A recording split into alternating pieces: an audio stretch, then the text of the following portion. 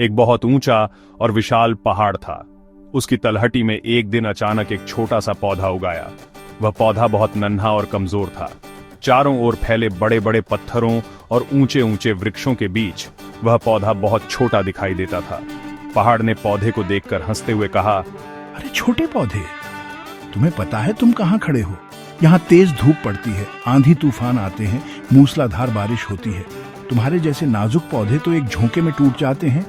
बेहतर है कि तुम अभी से हार मान लो।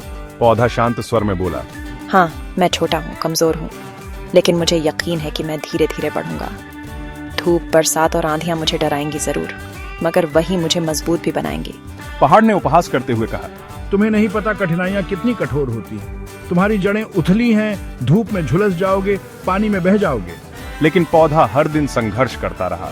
कभी तेज धूप उसकी पत्तियों को झुलसा देती, तो कभी बारिश की बूंदें मिट्टी को बहाकर उसकी जड़ों को हिला देती। कई बार आंधी इतनी तेज चलती कि लगता पौधा अब टूट जाएगा। फिर भी पौधा हार नहीं मानता। हर कठिनाई के बाद वह थोड़ा और गहरा जम जाता, उसकी जड़ें मिट्टी में और मजबूत हो जाती। धीरे धीरे उसका तना मोटा होने लगा, पत्तियां बड़ी होने लगी। साल दर साल बीतते गए।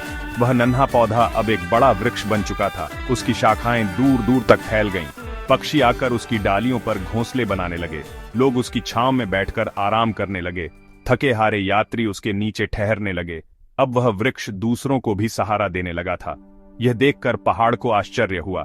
उसने वृक्ष से कहा, मैं तो सदा स्थिर और बड़ा होते हुए भी किसी को छांव नहीं दे पाया, किसी के लिए फल नहीं दे पाया, मगर तुम जो कभी इतने छोटे और कमजोर थे, आज सबका सहारा बन गए हो। वृक्ष मुस्कुराकर बोला, मेरे दोस्त, कठिनाइयां चाहे कितनी भी बड़ी क्यों ना हो, अगर इंसान धैर्य रखे और हार न माने तो वह बढ़कर सबका सहारा बन सकता है। सीख कठिनाइयां हमें रोकने नहीं बल्कि मजबूत बनाने आती हैं।